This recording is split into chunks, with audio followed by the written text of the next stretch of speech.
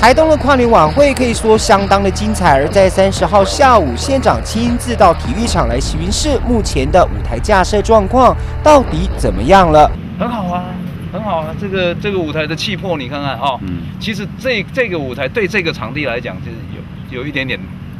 太大了一点点，希望在跨年倒数的这一刻能够成功又顺利，给台东的民众留下美好印象。而这一次的跨年烟火，县长也特别提到，将会给大家一个超级震撼的享受，10寸的高空烟火将在这里点燃，加强了我们的烟火秀。所以这个足足5分钟以上的这个烟火秀密度非常高，而且就在这一片。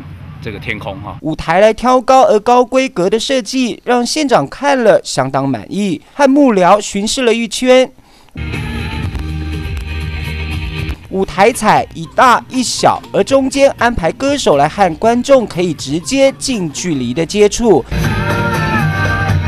请记得穿平底鞋或球鞋我们必须要对这个体育场的草皮跟跑道做最好的保护。